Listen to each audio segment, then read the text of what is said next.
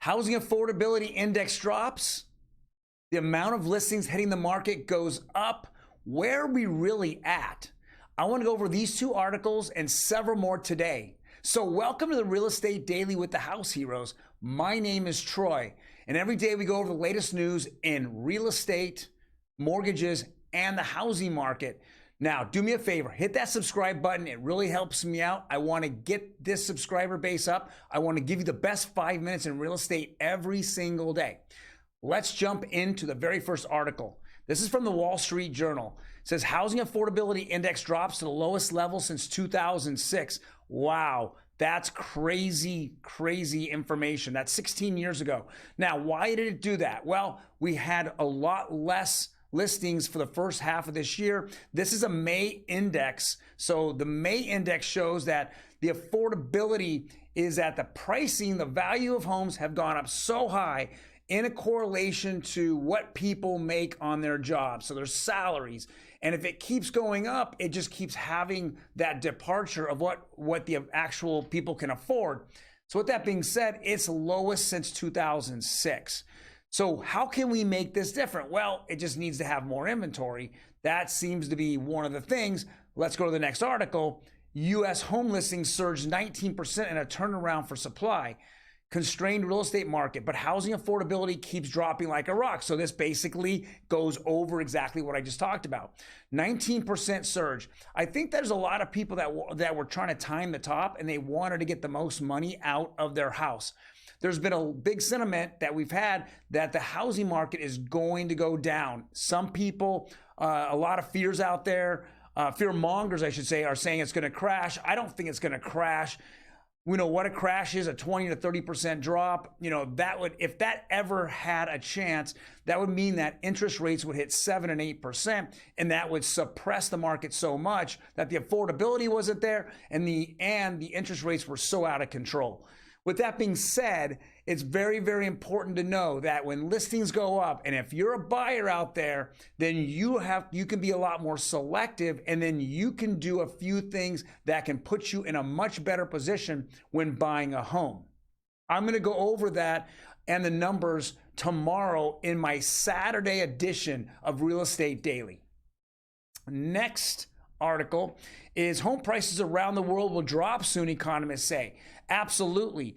So if we look at the world as an economy, you know, the world economy, and then we look at housing, what has the U.S. done first and the rest of the world is lagging? Well, they have tightened rates and they have raised rates. And when they've raised rates, what does that mean? Well, that means that the housing market gets hurt first. The first collateral damage is housing market. But if you look at the European Union, if you look at China, who's really in a recession and won't even tell us the numbers, but in Europe, what's happened? Their rates are still low and their inflation is out of control. They haven't really begun tightening yet. And so their housing market is just floating, as well as certain Asian countries. Same thing that's happening. You're just starting to see that inflation is exploding all over the place. But a lot of countries are late to the party, and that's why the dollar is so strong, is that their currencies are just getting crushed over inflation.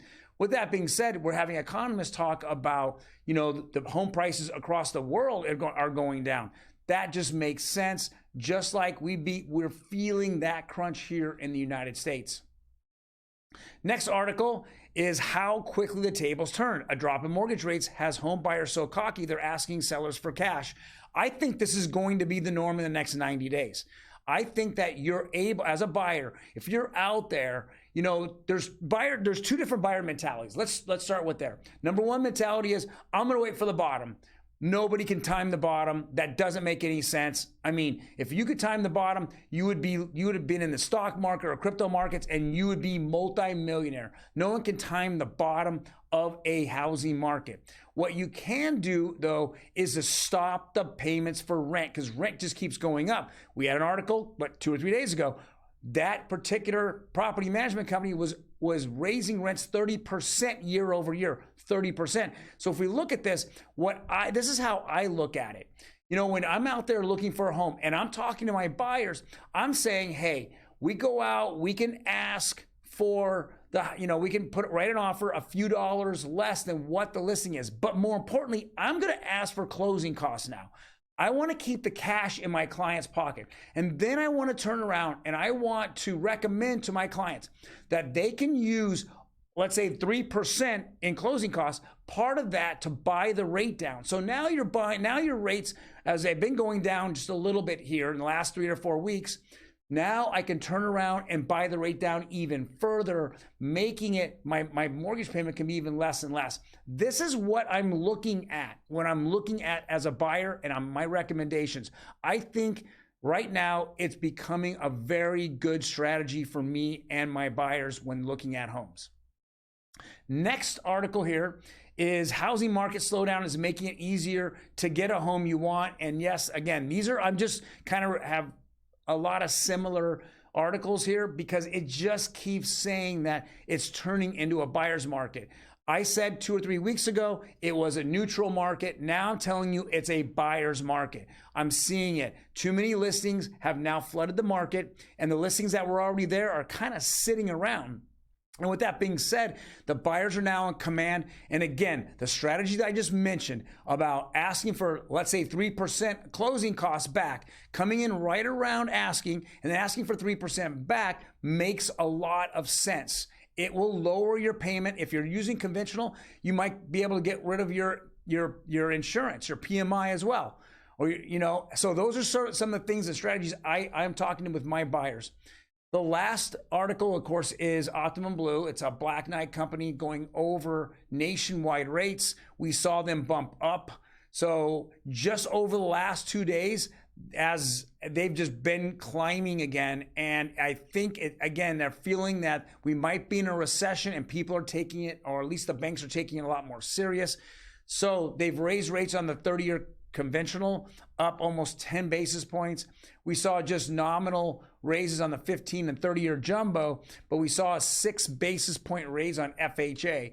So the two major indexes here, the mortgages are very, very important, are the ones that are going up. Perfect. Well, guys, if you like what I'm talking about, hit that like button. I know I'm starting to see comments in there. I'm more than happy to answer all your comments.